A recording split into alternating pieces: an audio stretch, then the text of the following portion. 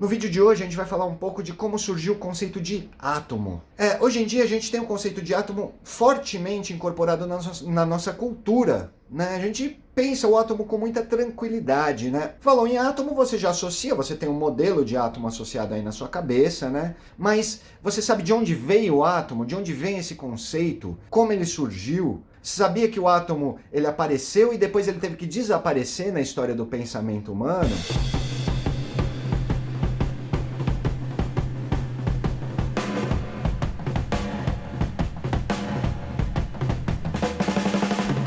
A ideia de átomo, o conceito de átomo que hoje a gente aceita com bastante tranquilidade, ele é fruto de tensões ali na história da ciência, né? Ele aparece e desaparece, ele some, ele reaparece. Então é uma história muito bonita e muito interessante de ser contada. E a gente pode aprender bastante com essa história. A ideia de átomo vai ser fundamental para a gente entender alguns conceitos da física quântica, que a gente até já discutiu. Por exemplo, a ideia da onda de matéria, né, proposta pelo de Broglie, ele vai levar em conta, eu não falo isso lá no outro vídeo, mas ele vai levar em conta também resolver um problema do átomo de hidrogênio proposto por Bohr. Então não tem como a gente falar de física quântica sem falar de átomo. Neste vídeo especificamente, eu não vou falar de física quântica diretamente, eu vou falar mais da história do átomo. Eu vou começar a história do átomo, né, mostrando de onde ele veio, né, qual era a tensão que você tinha na época para surgir. O conceito do átomo, ele surge de uma tensão ali. Então, fique ligado nesse vídeo que você vai compreender tudo isso.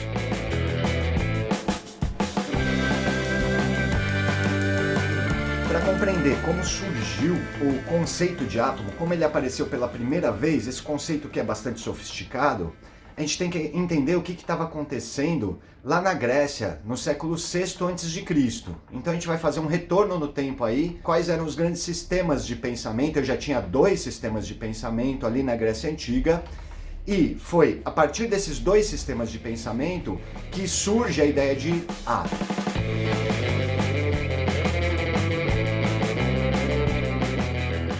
Os professores geralmente, quando vão falar de átomo, geralmente eles abordam a história do átomo, eles vão acreditar a criação do átomo a um filósofo pré-socrático chamado Demócrito, né, que era aluno do Leucipo. Então, acredita-se a criação da ideia de átomo ao Demócrito corretamente. Agora, como que o Demócrito teve essa ideia do átomo? De onde saiu essa ideia? Você tem lá que o Demócrito olhou lá para uma pedra e ficou pensando assim: pô, e se eu pegar essa pedra e dividir, e dividindo essa pedra, será que eu vou chegar num ponto onde eu não vou conseguir mais dividir? Vou cortando essa pedra, cortando, ela vai ficando pedaços cada vez mais pequenininhos. Será que eu vou chegar num ponto em que eu não consiga mais dividir essa pedra, que eu vou chegar num ponto indivisível ou incortável, né, desta pedra? E que daí o Demócrito chegou a uma conclusão de que sim, vai chegar um ponto que eu não consiga mais dividir essa pedra, e ele chamou esse ponto aí, essa menor partícula de pedra, de átomo. Já vi isso em livros, já vi isso em vídeos, né, aí na internet. Se isso procede ou não, não dá pra gente saber, né, é difícil. Só que uma ideia tão sofisticada quanto a ideia de átomo não pode ter partido assim dessa ideia um pouco simplista, de uma pessoa que chegou e falou: não, eu vou cortando até chegar num ponto ali que eu não consigo cortar mais, né? Na verdade, o conceito de átomo vem da síntese de 2 sistemas de pensamento que estavam em ebulição na filosofia grega antiga naquela época e que eram opostos, né?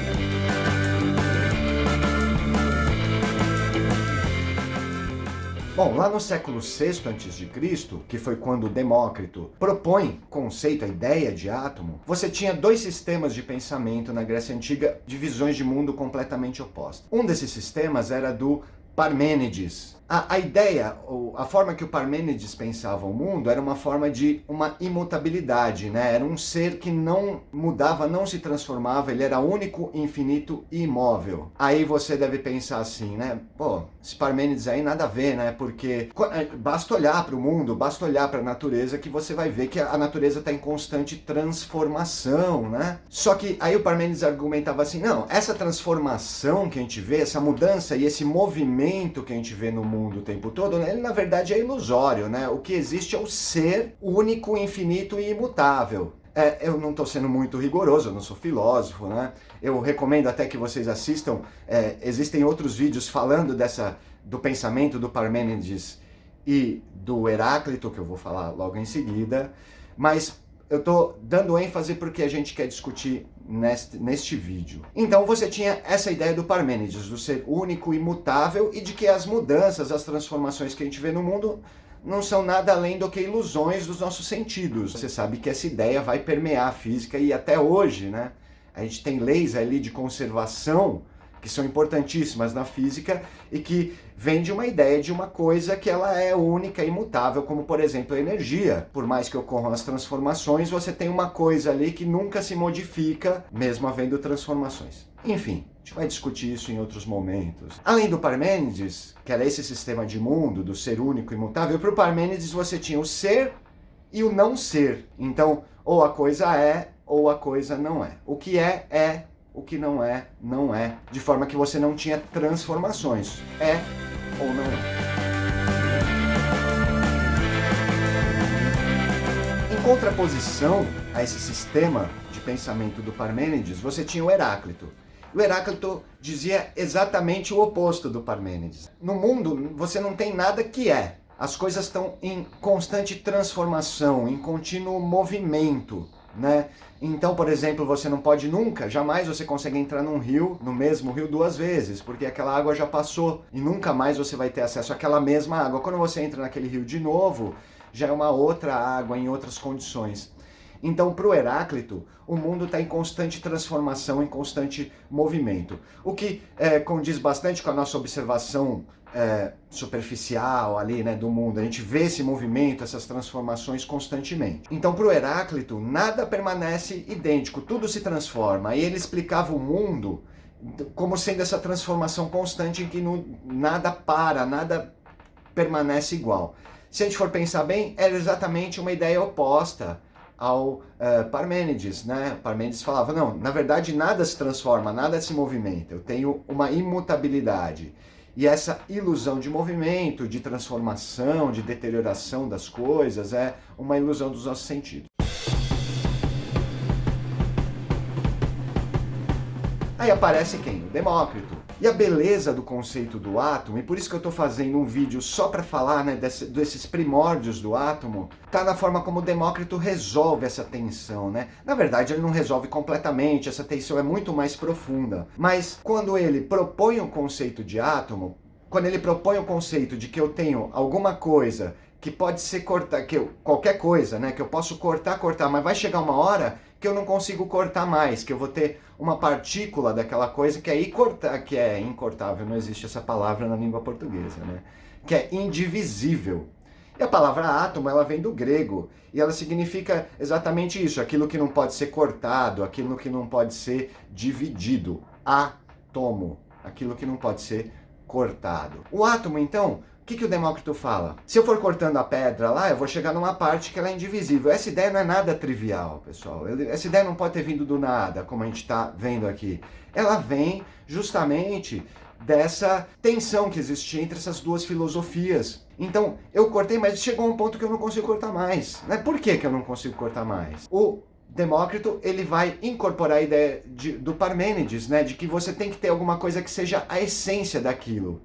E o Demócrito propõe que este átomo, ele é imutável, né? Ele é eterno, e ele é uma entidade que permanece no tempo, ele é imutável. Então, dessa forma, ele incorpora a ideia do Parmênides. E como que ele associa essa ideia com a ideia do Heráclito? Ora, tudo que a gente tem no mundo é uma associação destes átomos, dessas partes, dessas menores partes que existem de realidade, digamos assim, né? E essas menores partes são imutáveis, são infinitas, como diria o Parmênides, e isso está totalmente de acordo com o sistema de pensamento do Parmênides, porém, elas podem se recombinar, né? Elas podem se combinar entre si, elas podem se descombinar e se recombinar de outras formas, e isso tem a ver com a ideia da transformação constante. Então, ele vai aí agradar o pensamento do Heráclito, né? E explicar, na verdade, como que a gente tem esse movimento constante, essa transformação constante na natureza, combinando coisas que são imutáveis.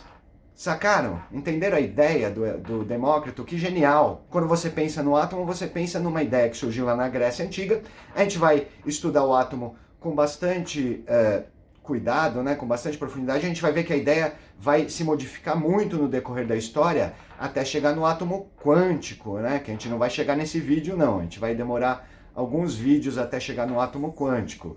Mas a ideia é genial. E, além do mais, o Demócrito ainda propõe que o átomo é uma partícula muito pequenininha, né? Porque ainda tinha isso. Os gregos ali, eles não tinham método científico como a gente tem hoje, né? Quer dizer, eles não iam lá em laboratório, cortavam a pedra até ver que tinha uma parte que não dava para cortar mais. Ele tinha que chegar nessas conclusões a partir do pensamento. E aí ele falou assim, pô, o Parmênides dizia que essa transformação constante da natureza é uma ilusão dos nossos sentidos. É uma ilusão que a gente tem a partir dessa coisa imutável, né? Dessa coisa indestrutível e infinita, né? Que é o ser. E o Heráclito dizia que essa transformação constante é o devir. Então ele pensou, o átomo tem que ser uma coisa muito pequenininha, de forma que eu não consiga captar o átomo nem com os meus olhos, nem com nenhum outro sentido, né? Ele é uma coisa que ele é incaptável pelos nossos sentidos. E daí esses átomos se recombinando vai gerar as transformações das coisas. Então, quando eu recombino esses átomos, eu tenho as transformações, né? Mas essas transformações são, na verdade, uma mera ilusão dos meus sentidos, porque eu não consigo ver o átomo. Mas eu tenho uma entidade ali, que é o átomo, que ele é indivisível, ele é permanente, ele é eterno, né? Ele é o ser lá do Parmênides.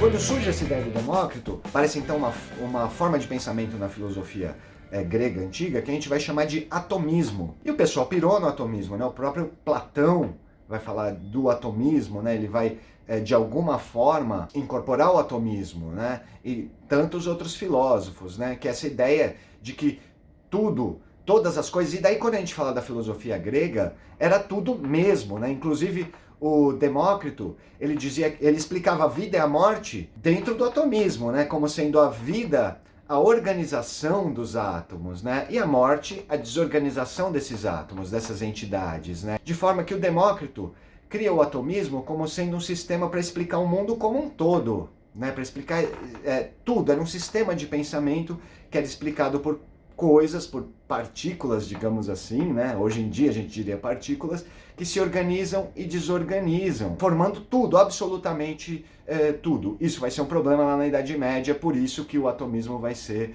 abandonado, como a gente já vai falar daqui a pouco. Só que a ideia do átomo do Demócrito, ela tem uma implicação que não era bem-vinda na Grécia Antiga, apesar de você ter os atomistas, porque se a gente pensar no atomismo, eu tenho o átomo, que é aquela coisa, aquela partícula, né? Só que eu tenho que ter um espaço vazio, que é onde esses átomos vão se recombinar, né? O espaço não pode ser continuamente preenchido, ele não pode ser um contínuo, né? Eu tenho que ter a coisa e a não coisa, que é o espaço vazio. E esse espaço vazio é o palco onde esse átomo vai se combinar e descombinar, e é onde ele vai atuar. Essa ideia do vazio era muito complicada no pensamento grego antigo. E você tinha o sistema de pensamento do Aristóteles, né? Eu tenho um vídeo aqui nesse canal falando do Aristóteles, do sistema de pensamento do Aristóteles, né? Mas você também tem muitos vídeos e muitos textos falando do Aristóteles. No sistema de pensamento aristotélico, você não poderia ter o vazio, de forma que você não poderia combinar o atomismo com a física aristotélica.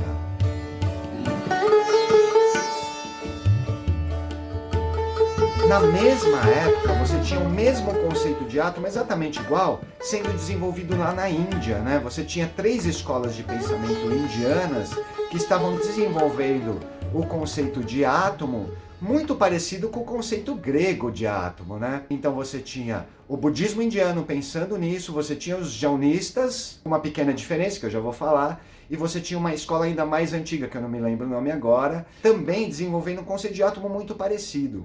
É óbvio que os gregos ali e os indianos não tinham contato nenhum. São 2 ideias muito parecidas que surgem em locais diferentes, no mesmo tempo, né? Isso vai se repetir na história da física e na história do pensamento humano. Os jaunistas lá na Índia, eles eram um pouco mais espertos ali, digamos assim, do que o Demócrito. Já uma ideia bastante parecida com a de Demócrito, mais ou menos na mesma época, só que eles pensavam assim, ó, não vamos misturar o atomismo, vamos chamar assim, né? Não sei, obviamente não é esse nome na Índia, mas não vamos misturar o atomismo com a espiritualidade. Então, os jaunistas já deixavam muito claro que os átomos formavam tudo que existe, exceto a alma. Demócrito, ele já era mais radical. Ele já queria criar um sistema de mundo atomista em que tudo englobasse os átomos, né? Então ele falava, não, a alma também, né? Se ela existir, ela é formada de átomos, né? Então isso vai ser um problema lá na Idade Média.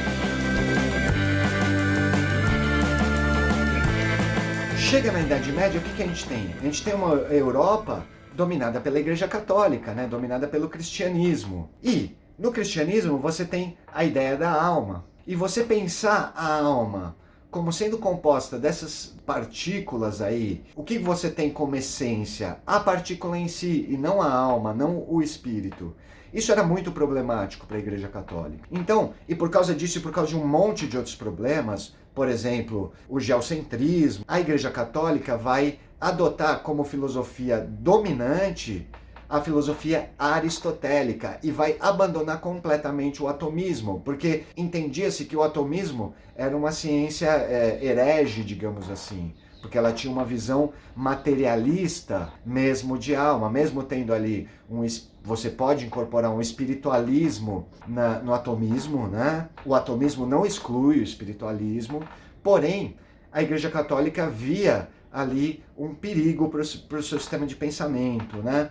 Então a Igreja Católica abandona o atomismo, abandona-se o atomismo e abraça-se a física aristotélica, que era uma física que via a Terra, né, no centro do universo, não podia aceitar o conceito de átomo, porque o átomo, né, ele implica a ideia de vazio, e na física aristotélica você não poderia ter o vazio, né, você teria que ter tudo preenchendo o universo. Isso tem a ver também com uma ideia de que se você não tem o vazio, o céu não poderia ser vazio, então o céu teria que ser preenchido com uma substância que o Aristóteles chamou de éter, e isso tinha muito mais a ver com a Igreja Católica, porque se Deus fica no céu, e o céu é preenchido de éter, e na filosofia aristotélica, o éter é uma substância que tem propriedades perfeitas, né, não se deteriora e tudo mais. Mas o que eu quero chamar a atenção aqui é que a ideia de átomo, ela ameaçava o pensamento católico, e ela foi abandonada. Então, desde lá da ascensão da Igreja Católica no século I até o século XVII, a ideia de átomo é completamente abandonada. Quer dizer, a gente tem ali 1600, 1700 anos, nos quais ninguém mais fala de átomo. Você tinha Aristóteles ali, uma ideia do contínuo, e átomo nem pensar.